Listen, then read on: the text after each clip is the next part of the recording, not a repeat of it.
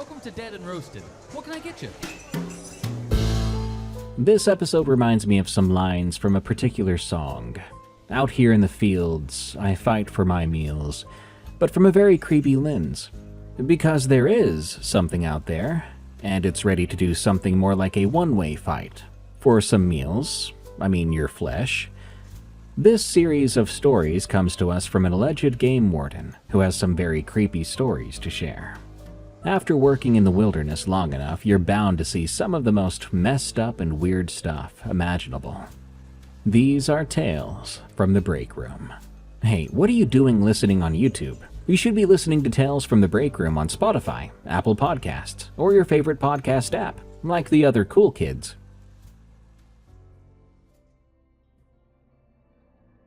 When people hear I'm a game warden, they think I write fishing tickets. I mean, I do write fishing tickets, but understand what the job actually is. I work alone, mostly. My district is bigger than some counties. Most of what I do happens at night, off the pavement, and most of the job is walking up on armed men in the dark, asking what they're doing. If it goes bad, my backup is 40 minutes away, if the radio even reaches, which in half my district, it doesn't. Sheriff's deputies have partners and streetlights. I have a flashlight, and however much of the truck I can keep between me and whatever the problem is.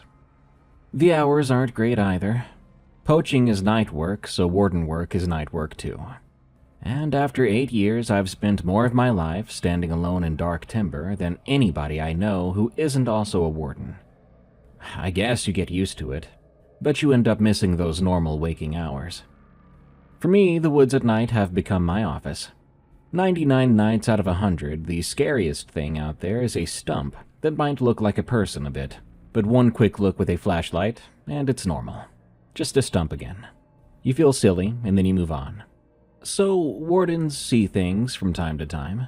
Every warden I've ever worked with has a story or two he doesn't tell at the banquet. Some of them are about people.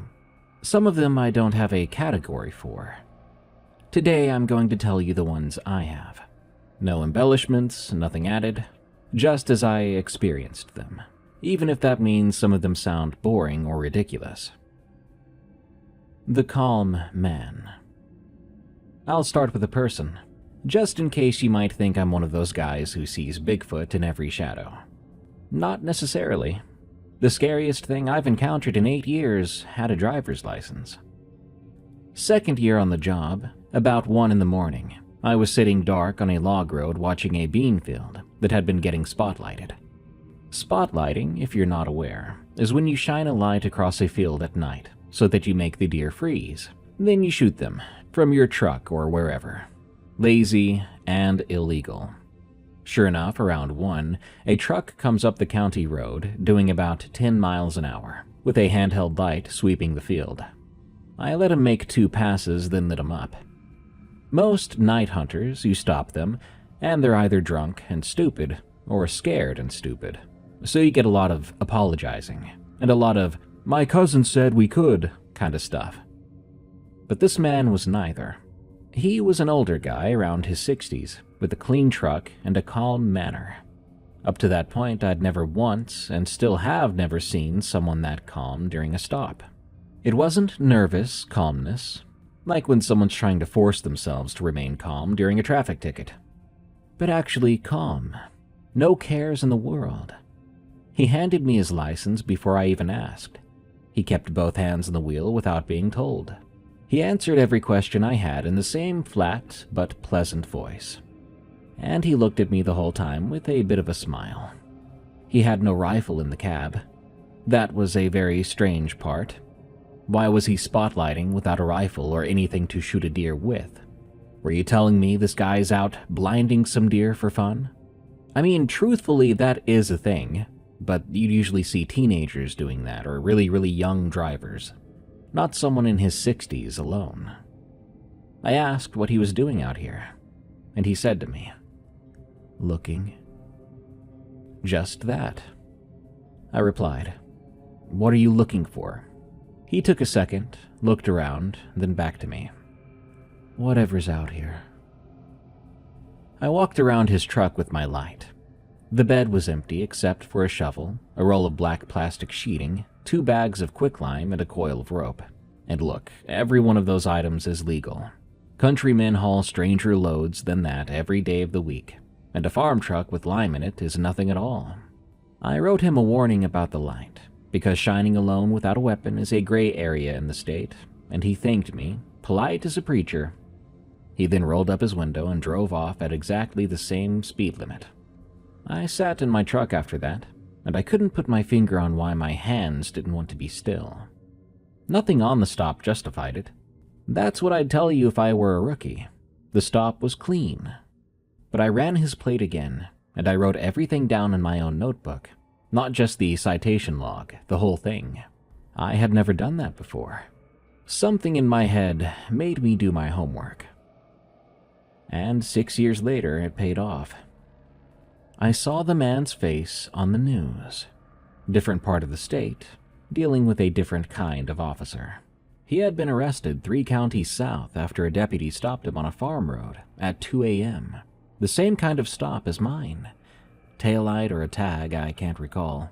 And that deputy heard something moving in the toolbox bolted in the bed. And that something was a 26-year-old woman from a town along the interstate, luckily alive, taped at the wrists, 11 hours into the worst night anybody has ever lived. Once they apprehended him, they investigated deeper. He had taken and killed 4 women over about 9 years, but they believed the number to be higher.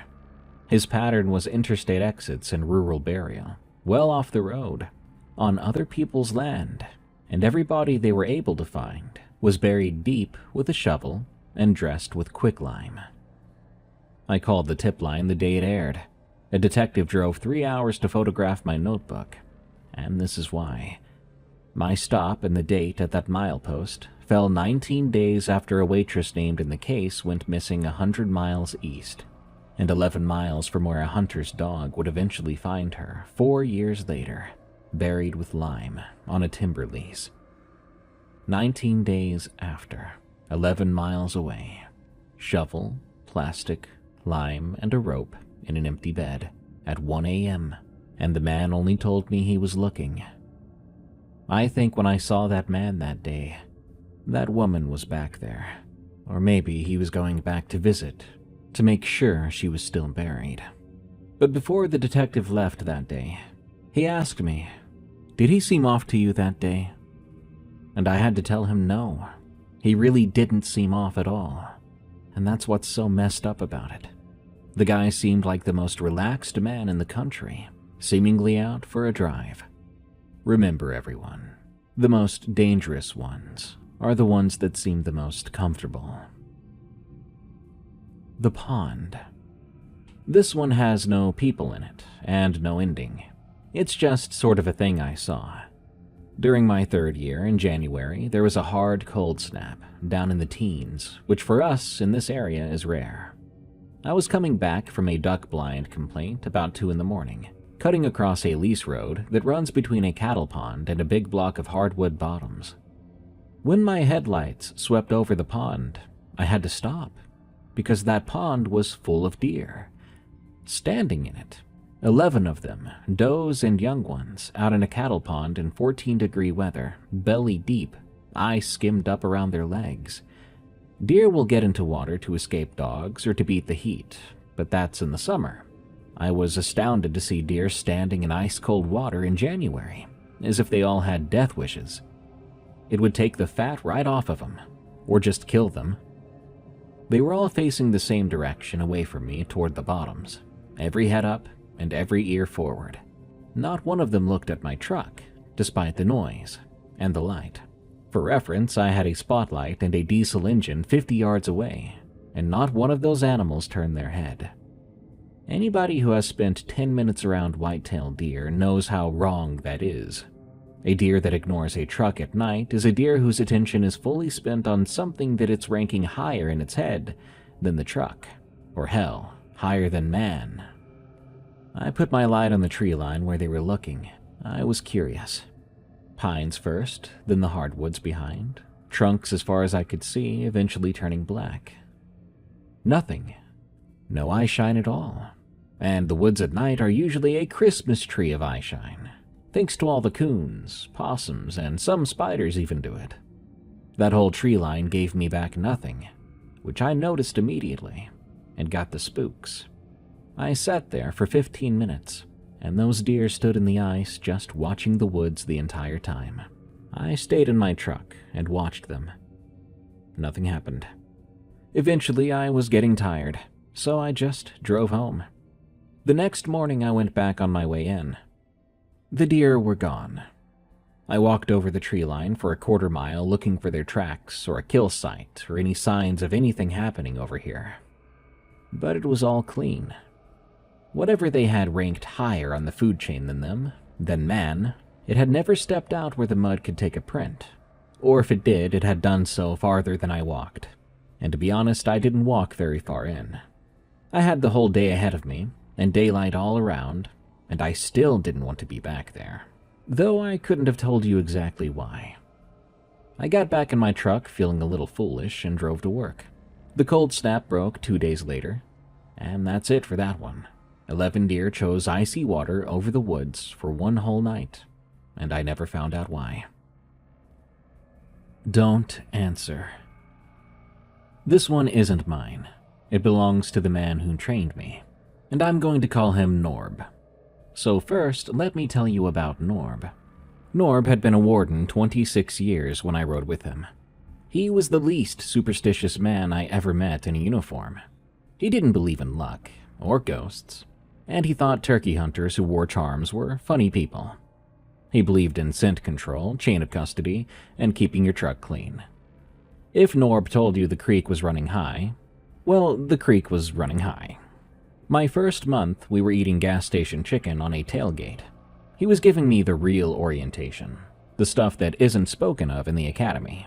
Where to buy tires, which judge would actually stick a poacher and which one hunted with them, which landowners would lie to you and which would lie for you. The good practical stuff. And at the end of it, no change in his voice at all, same tone as the tires, he said, "One more. If you're ever in the timber after dark and you hear your name, you know your radio's been quiet. Don't answer it. Just walk out to the truck." I laughed at that, but he didn't. I said something like, "What do you mean?" He took a bite of chicken and said it again, plainer. Sometimes at night, in certain parts of the district, a man working alone will hear his name called out. Not shouted or screamed, but called real easy-like. As if someone who knows you is trying to get your attention. Might be a single time, could be 3 times, who knows. And the rule, which he had gotten from the man who trained him 30 years before there was a website to read the stuff on, was you don't answer it. You don't go look. You don't run either. Instead, you walk back to your truck, like you forgot your wallet or something. I asked if it ever happened to him. He said twice. Once in 1989, and once about 10 years ago. Both times in the same general stretch of country, which he named, and I'm not going to repeat. But I will tell you it's a stretch I now work. I asked him what he thought it was, and this practical man, this man who taught me evidence handling, wiped his hands on a napkin, then said, "I think it's something that's learned a word, and likes to see what the word does." Then he balled up that napkin and went back to work. He never brought it up again after that, not for 2 years of riding together.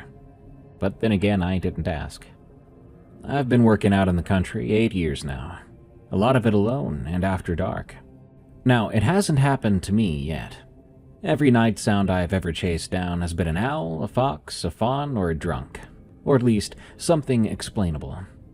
Barred owls especially can produce something awful close to speech, and if you want to sleep tonight, that's a fine place to file Norb's rule away. But I'll tell you what I noticed at Norb's retirement dinner. There were 5 wardens at the table, with over 20 years on, all different generations. And late into the night, I brought up the rule, kind of grinning, expecting to get laughed at. But nobody laughed. Every one of those 5 men was quiet for a full second, when the oldest one, a fellow who worked river country, clear on the other end of the state, said, "Walk, don't run," and lifted his beer a little. They changed the subject all at once. 5 careers and 5 different districts, and they all knew the exact second half of a rule that I had not finished saying.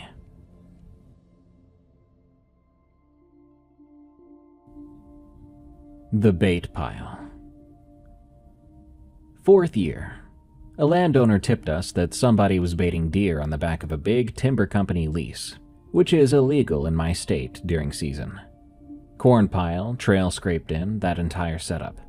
About 1.25 miles off the nearest road, tucked against a slough. A nice spot, honestly. Whoever built it knew about deer. Baiting cases are sit-and-wait kinds of cases. You can't just kick the corn over. You want the man on it, with a weapon. So I went in before daylight on a Saturday, well before, about 4:30, and I set up in a blowdown 70 yards off the pile with the slough at my back. It was a cold morning, a little fog working off the water. I figured my poacher would slip in low light, and at about 5:40, right on schedule, I heard something coming. I got my camera up, but it wasn't him. I never saw it directly. Here's what happened. The corn pile had deer on it, about 6 or 7 of them, feeding easy in the last of the dark. Something came along the far side of the slough. Heavy, I'd say about 80 yards out, and those deer didn't run. Deer that catch a predator moving take the whole county with them when they go. But these deer stopped feeding. They lifted their heads and walked away, quietly in single file. Not even a single snort. Within a minute, they were out of view. I've watched deer my whole life, and I'd never seen them leave a food source in that fashion. Like men leaving a bar when the wrong crowd walks in. They weren't at all spooked. They had just made up their minds. Those steps kept on along the slough, 2 beat, and I remember arguing with myself about that. Everything heavy out there, you see, is 4 beat. Hogs are 4 and loud, cattle are 4, but a man is 2. But this was way too heavy to be a man. Each step had too much air between it and the next one. It stopped straight across from my blowdown, with the slough and the fog between us. And it stood there, somewhere between 8 and 10 minutes. It didn't make a sound at all. Fog moved on the water. The sky was starting to light up, and I was holding a camera, never once thinking about raising it, because I felt as though I needed to sit still. So I did. You know how it feels when you're on the phone and the other person goes quiet? And you can tell by that kind of quiet that they're still there. The line's open, you can hear the room around them. It was that, across that distance, of fog and black water, at 5:50 in the morning. The line was open. It was still there, and it knew that I was on the other end. I clearly remember going down my list. I'm a professional outdoorsman. Identifying things is my actual job, and I sat there running my list. Hog, no. Cow, no. Horse, man, bear. And the feeling I had about everyone I named was that it came up short. And when my list came up short, I grew more and more unsettled.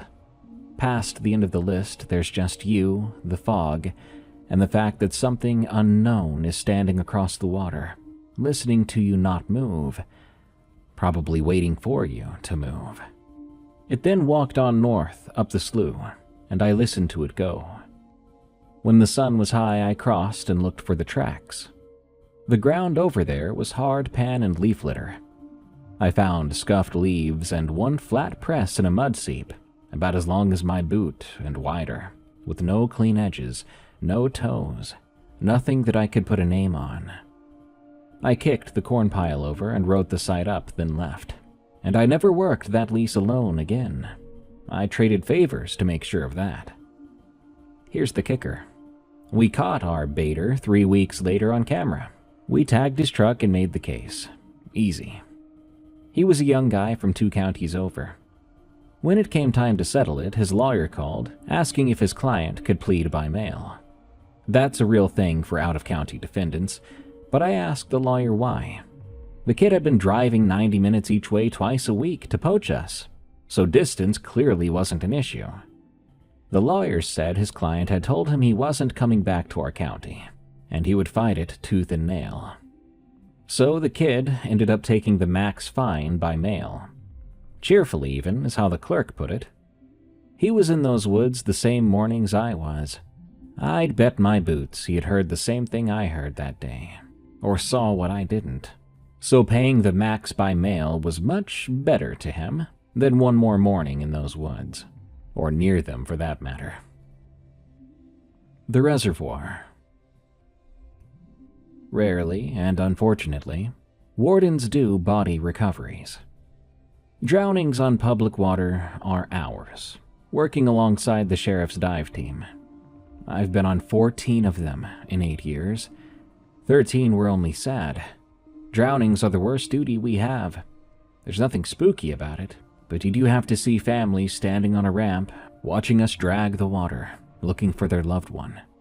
As a quick reminder to anyone listening, wear your vest. You don't want to see your family like that. But regarding that 14th drowning, that was the reservoir. There's a reservoir in my district, a decent size, built in the 50s. The power authority dammed a river valley and moved everybody out. There was a little community down in the deepest part of it, but nothing dramatic happened. This happened all over the country. They logged what they could, tore down or burned most of the structures, moved any graves that actually had markers, and let the water up. The last part is good to remember. They moved the graves that had markers. Company men walking cemetery rows in 1957 decided what counted. Now, everybody around here has always talked about that lake a little differently. I took it as folklore, until I had to work recovery on it. A fisherman had gone out alone on a February morning. His boat was found idling against the riprap that afternoon. The water temperature was in the 40s, so we all knew what we were doing. We were going to be looking for a body. Sonar found a target in about 60 feet, down in the old channel, close to where the maps put the old community that used to be here. The dive team went out the next morning, 2 divers, and the lead was a man named C, mid-50s, a career diver who had pulled people out of the water for 30 years, including from cars, wells, and rivers during floods. Imagine the type of guy who would pull a body out of the water, then munch on a sandwich right after. He was down there 11 minutes. In Blackwater at 60 feet, everything is by feel and by the line. 11 minutes is nothing. They'll grid for an hour. But at the 11-minute mark, his bubbles changed, coming up in a burst, and then he came up himself, too fast, faster than a diver of his experience should ever come up. He was making a sound before his mask cleared the water, kind of like a steady, loud talking with no words in it yet. 3 of us hauled him on the boat, and he crabbed backwards away from the gunwale in full gear until he was against the console. And the first whole sentence he got out, I was only 4 feet away and will swear to the wording in any room, was, "They're standing up." Not he or it, but they. It took a few minutes to get the rest out of him, and what he said in pieces was that he'd come down the line into the soft dark. His light had found the fisherman upright. But that happens occasionally. Bodies in cold water can hang upright. Gases and weight belts and snags can help it happen. A drowned man standing at the bottom. That is a creepy thing to see, yeah, but it can also be a natural thing to see. In fact, C had seen it before. But his light had kept going past that fisherman, and past that dead man in the silt haze at the edge of the beam. There were others, standing. He said he had seen 4, at least 4, spread out, spaced apart at the edge of what the light could do, all upright in the old channel. The last thing he said about it, the thing he said with his mask shoved up on his forehead, was, "The one at the end turned around."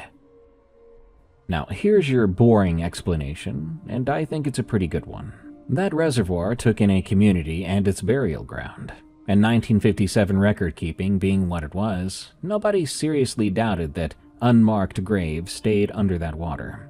And 50 years of current and silt, it can do things I don't want to describe to them.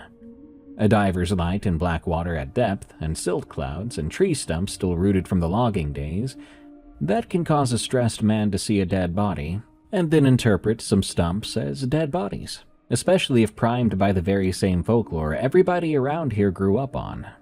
That explanation covers everything, I think, except for one item, and that one item is C himself, because C had said one of them turned around, and a stump does not turn around. A man who has been diving on stump fields for 30 years does not come up the line like that, over some stumps. The second diver went down with the line and brought the fisherman up, and he worked fast, reporting bottom visibility near zero, and didn't have any further comments. C sat in the truck, and next week, I'm telling you, this guy surrendered his gear. 30 years done after one dive. I've heard he doesn't even fish anymore, and he won't even cross dam roads. He always prefers to take the long ways around now. By the way, that fisherman who drowned went into the water at the north ramp. We recovered him almost 2 miles south, down the old channel, in dead calm February water. There hadn't been a bit of wind that week. No current to speak of, in a reservoir that flat. 2 miles is a long way for a dead man to travel on his own with no help. I put it in my report as drift. My supervisor read it and looked at the map. He looked at me, then signed it, but his eyebrow was raised. Drift. That's the official word, but I don't think it was actually that. The stock trailer. Back to the people-related incidents, probably. In my 6th year, deep summer, almost 4 in the morning, I was running a boat ramp route, and I came up behind a truck and stock trailer on a state highway, with no traffic either direction. The trailer had one taillight out, and his plate lamp was dead. Normally, I'd let the county handle all that, but something about the trailer made me look twice, which was that it was rocking. A loaded stock trailer sways some, but this one was getting hit from inside. You could watch the sheet metal wall flex out, boom, then again, and the truck would shimmy with it. I lit him up mostly out of curiosity. He pulled over quick and properly. I want to be fair to this man throughout. He never did one illegal thing I could prove. He turned out to be a big fellow around his 50s, wearing overalls, with big, calloused hands. He was sweating a whole lot for a man in an air-conditioned cab. He said he'd been hauling a bull to a buyer. At 4 in the morning, I said. He said the buyer was 3 states off, and he liked to beat the heat, which is true of every cattleman in the summer. That's exactly what they do, for their own sake and the cattle. The whole time we chatted, the trailer boomed. Something in there was hitting the front wall, the wall nearest the truck, over and over, steady with no rhythm to it, and no let-up. Now, a bull in a trailer will bang around, sure, kicking and rocking it, and you'd hear it bawl, which is the word for the typical sound cattle makes. But this thing never bawled. Whatever was putting a shoulder or a skull into that wall hard enough to flex the steel was doing it in complete silence, without bellowing or snorting, not even a hoof scrape, just hitting it and the sounds of springs. I ran my light along the trailer. He had it sided in plywood on the inside, which people do for hogs so they don't tear up the aluminum. Every vent and gap, too, was blocked. Through one seam at the back, I could see the plywood was gouged. Scratches through the grain, high up, 6 feet or better off the trailer floor. I stood there thinking, what part of a bull reaches 6 feet? I asked if I could look inside. He said no. Polite about it, but a flat no. He said the animal was clearly worked up, and if I dropped that gate on the side of a highway, one of us was going to the hospital, and the other one was chasing a bull through the dark. Ladies and gentlemen, that is a very completely reasonable answer. That's what I'd say too. Without paper on the animal being wrong, and his paper was in order, health certificate and everything, I had no lawful way inside that trailer. I wrote him for the taillight. He took the ticket with a hand that wasn't too steady, and he said thank you. Then he said something else that stuck with me. You would have been in your rights to make me open it. He rolled up the window then and eased out onto the highway, and the booming had stopped by then, sometime in the last minute before he went. and I stood on the shoulder in the dark, wondering if it would hit the side again. 9 days later, a deputy 2 counties east ran across that trailer abandoned on a pipeline right of way. Same plate, too. I double-checked. The truck and man were gone. The ticket was never paid. The side gate wasn't opened. Instead, the deputy's report used the word breached. The plywood was in pieces in the grass, and the aluminum skin was peeled away from a hole you could walk through without turning sideways. The metal had been bent outward. All of it outward. There was nothing in the trailer but a smell the deputy could not describe very well, and there was about 40 feet of drag into the brush that quit at the tree line like it had been picked up or disappeared. They never did find the man. Nobody was ever reported missing that matched his appearance. Better yet, the buyer 3 states off didn't even exist at the address on the bill of sale, and the tag number came back to a bull that had died on a farm 4 years before. I wonder to this day what he meant by within my rights. And the older I get, the less it sounds like a complaint, and the more it sounds like a man saying, "You could have stopped this here, and you didn't. And now someone's fate is sealed." The Stand. This one has nothing strange in it at all.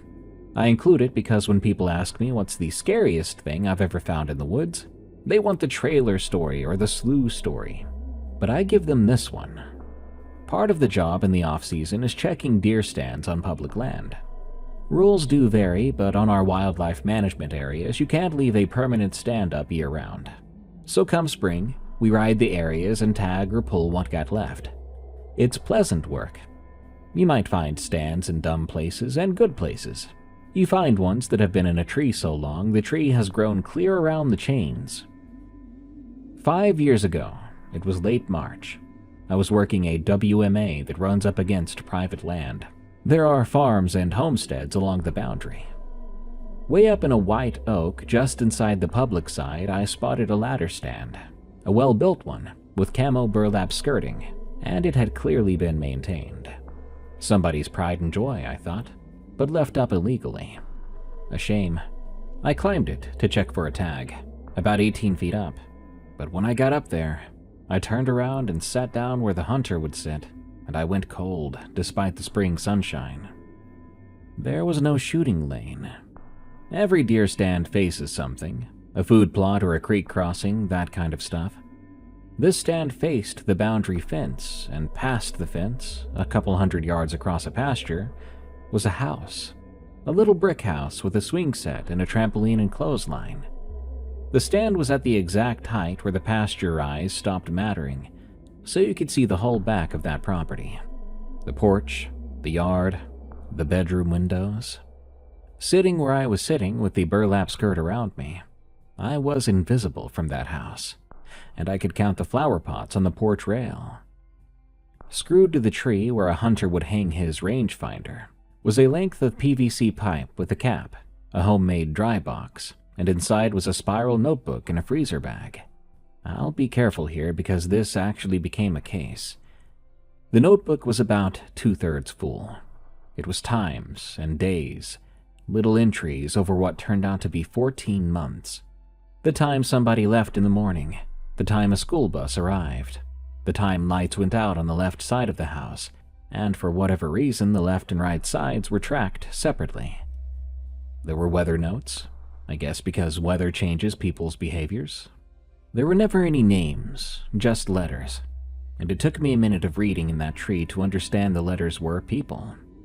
One of the letters, the one with the most entries, was small. The schedule attached to that letter was a school schedule. I've never come down a tree that fast in my life. I'm not sure I could explain the dreadful, disgusting feeling I got crawling down that tree. It wasn't fear of anything in the woods. The woods were fine. The woods were safe, and they had been the whole time, for me. But apparently for someone else, there might be something waiting in the woods for them. I backed out of that situation that same afternoon, leaving everything in place. By that evening, the case belonged to the sheriff and the state police. They took it smart and slow. They put a camera on the stand. Not like a game camera, but a real covert rig. Then everybody sat on their hands for 9 days until a man climbed that white oak tree at 4 a.m., like he had done it 100 times, which, per his own notebook, he roughly had. The man was 38 years old.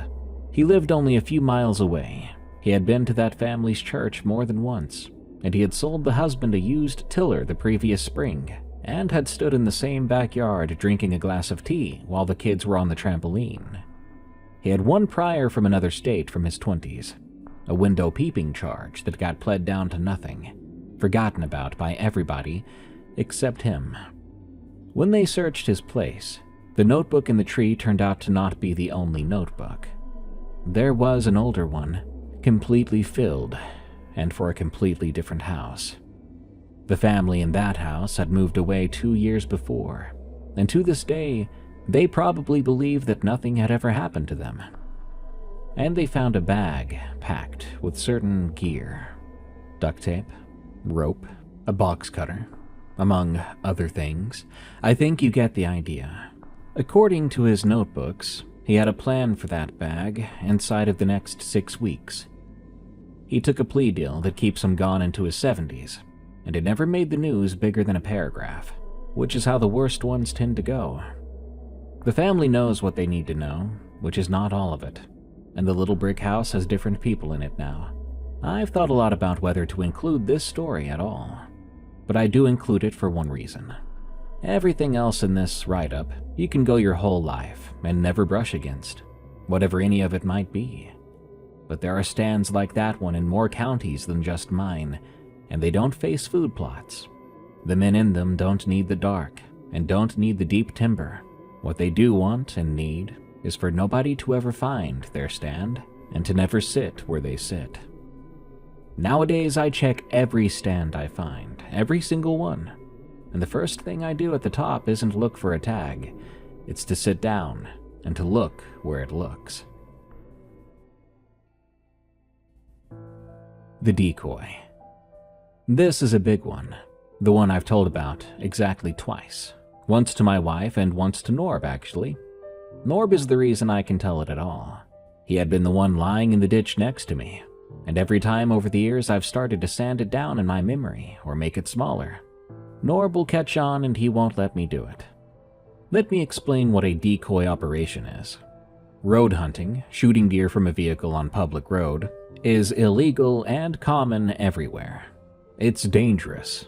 These are rifles going off across roads near houses. The tool we use to catch people like this is a robotic deer. I'm serious. It's a real thing most states use. Taxidermied whitetail hide over a frame with motors inside. A warden with a remote can turn the head and twitch the tail so it looks alive. You stake it in a field edge visible from a road that's been getting shot up. Then you hide and wait for somebody to stop and poke a rifle out the window at it. It works really well. Road hunters are not sending their best. It was my 7th year, winter. A stretch of road north of my district had been getting hammered. It was the same general country Norb named to me on the tailgate of my first month. The residents had been hearing nighttime shots, and 2 does had been found dead in the ditch rows, and a man's barn cat had been killed by a stray bullet.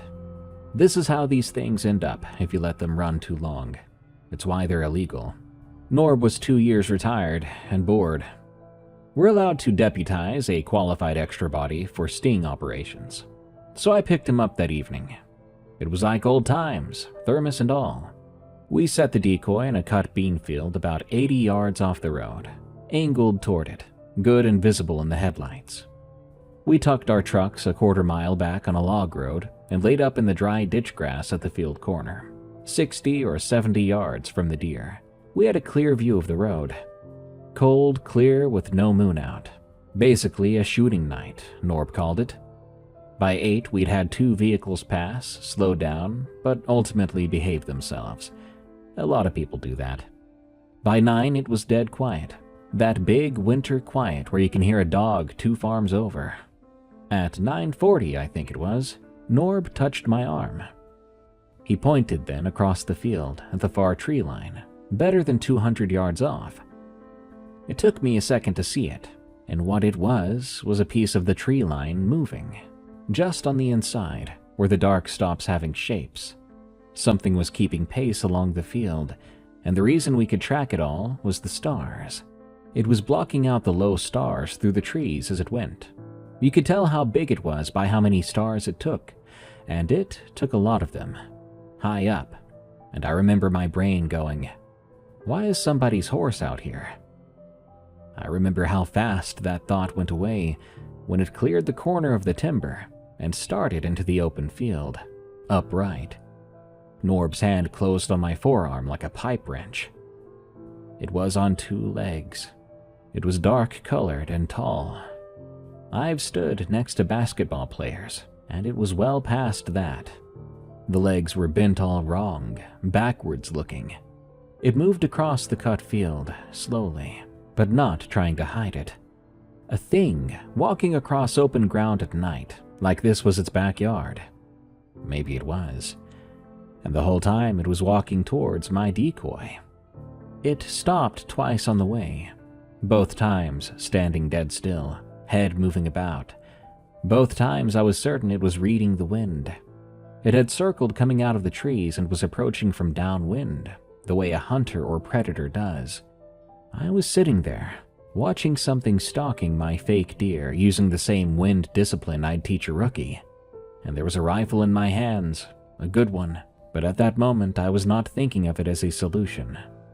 It sat in my arms like a forgotten stick.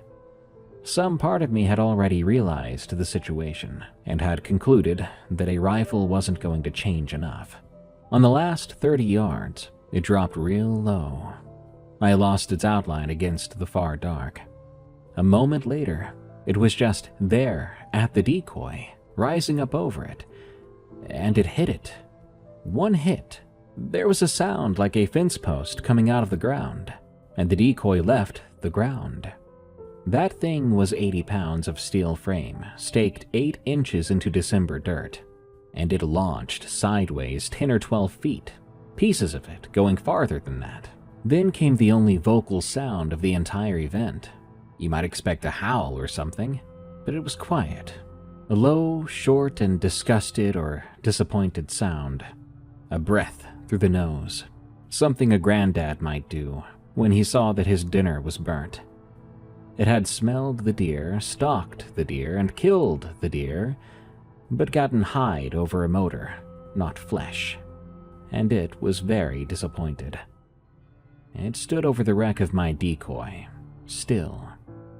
Then the head came up and it turned, looking down the field line. It stopped and was now looking at us. There's no way it wasn't. 200 and change of open dark between us, with Norb and I flat in ditch grass in full camo, not moving at all, and the wind was in our favor. But I could feel it looking at us. And I mean right at us. Norb agreed, later telling me that he felt the exact same thing, but I knew it then without him telling me. The way his breathing hitched as soon as those eyes landed on us. It was looking at where we were, not around or past us, but at us, and it stared for a long enough time that I began to think that it knew where we were that entire time. The stalk we watched was never for the deer, but it didn't come at us. It turned, still as slow as before, and went back across the field. In moments, the tree line took it, and the stars came back one at a time, low to high, so I know it kept walking upright the entire distance. The two of us lay in that ditch for either 10 minutes or an hour. Then we walked away, over to our trucks. I noticed Norb walking with his head level and even, that deliberate, I'm not gonna run kind of walk, just like he had warned me to do, so I did the same. The next day we came back at noon, together and armed, photographing everything. The decoy frame was bent past what the shop could fix. The tubing steel had folded like a drinking straw, and the taxidermied hide had flown dozens of feet away from the frame, torn up in such a way that it made the taxidermist go, "What in the world?"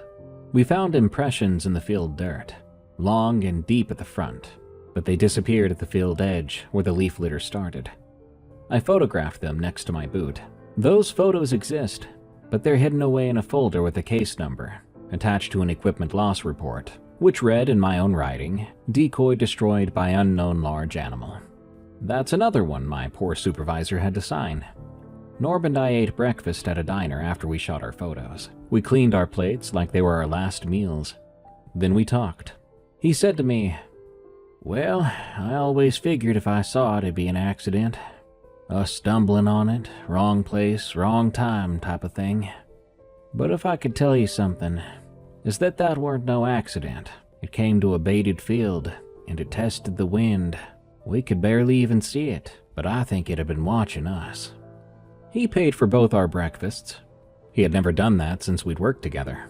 Then we drove home. The road hunting complaints on that stretch stopped, by the way. That December, they just stopped. Maybe word gets around in a small place like that, and the word going around was not about the game wardens.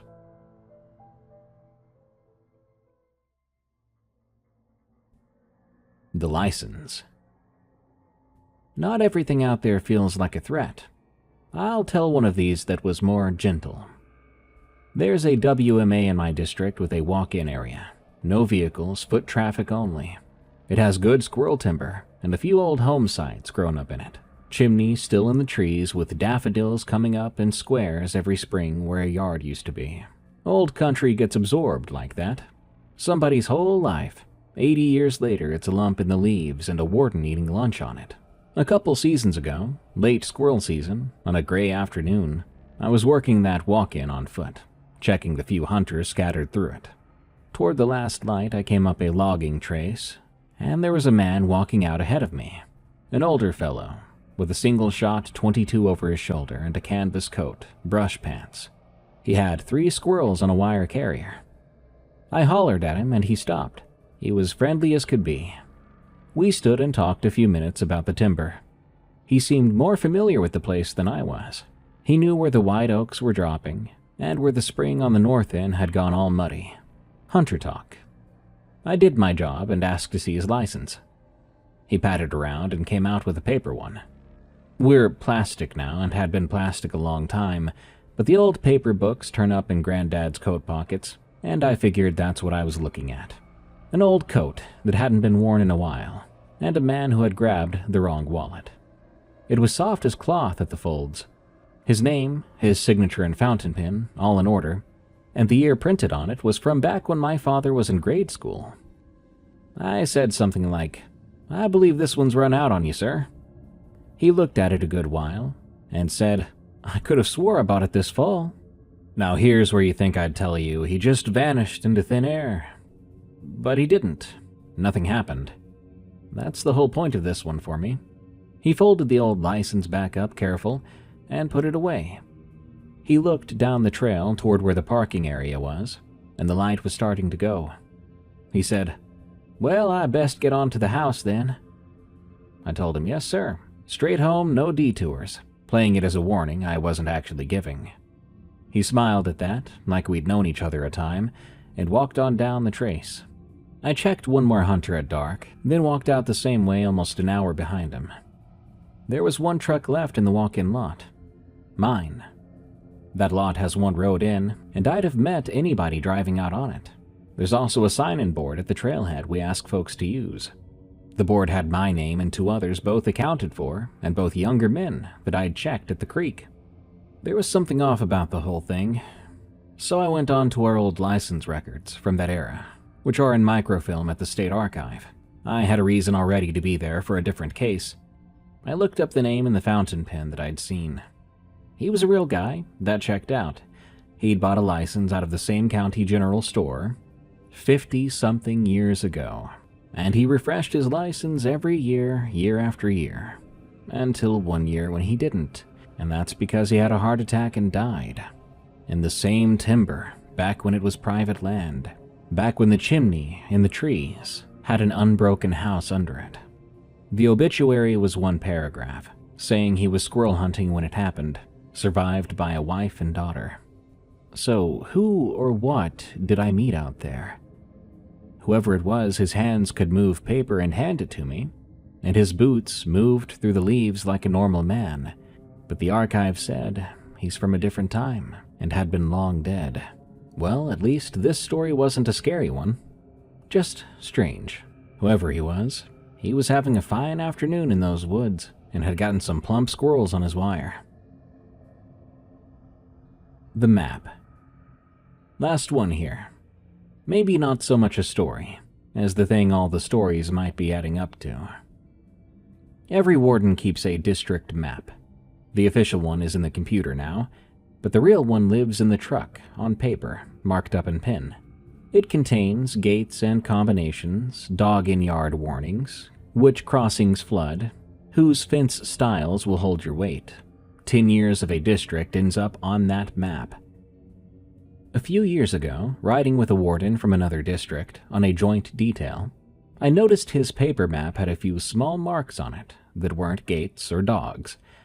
They were these little penciled X's, 3 of them, but no legend or key, no notes about it, in the big empty green parts of his country. I asked him what they were. He looked at me a second, and then he said, "Those are places I want someone with me." I thought, makes sense. Later on, I took a look at my own map, and I figured there were 4 of those on mine. I just never thought about marking them. I checked after that, casually over a couple of years at trainings and details, the same easy question when another warden's map was out on his hood. Most of the young guys' maps are clean. Almost none of the old guys' maps were. As for me, the slough on the timber lease is one. The stretch Norb named on the tailgate is one. The bean field where we lost that decoy sits inside it.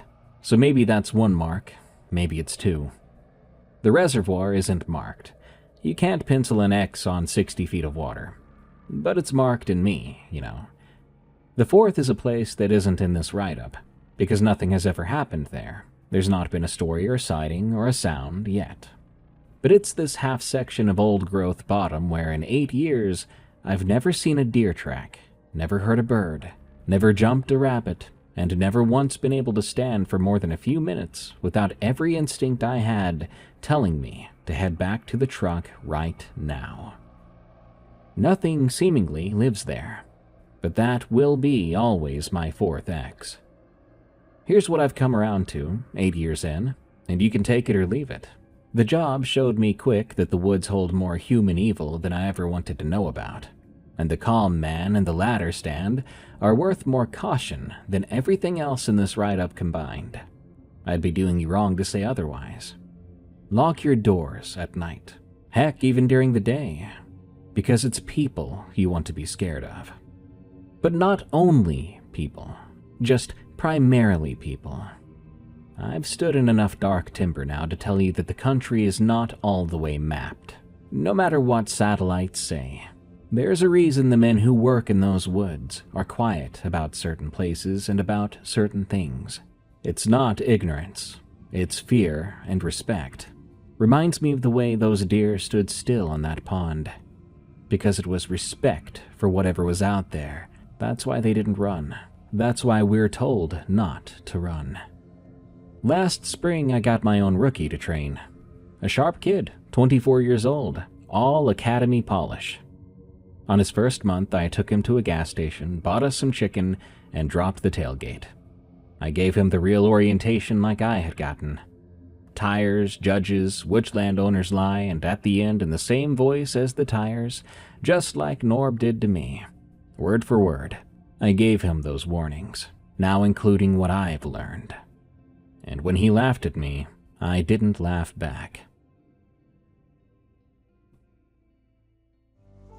Look, no matter how creepy your stories are, no matter how hungry the forest wendigos might be, I still think being a game warden would be a sick job. Like a modern-day sheriff in the Old West, going up against poachers and modern cattle rustler types. And also werewolves or something, but yeah, you get the idea. Let's all meet up one day and become game wardens for a weekend, and see who comes out alive. Good night. Thanks for tuning in to this episode of Tales from the Break Room. I've been your host, Darkness Prevails. You can find me on X at Dark Prevails, and you can find my other show if you want more scary stories, especially of the creature and ghostly variety, on the Unexplained Encounters podcast. which is also on Spotify, Apple Podcasts, or your favorite podcast app. If you have a scary work-related story, send it to me at eeriecast.com/submit. And support the show by subscribing to Erie.fm. Just a little bit a month, it keeps us afloat, and you get some cool extra content. Thank you. Till next time, everyone, I've got to clock out, but I'll be clocking back in real soon.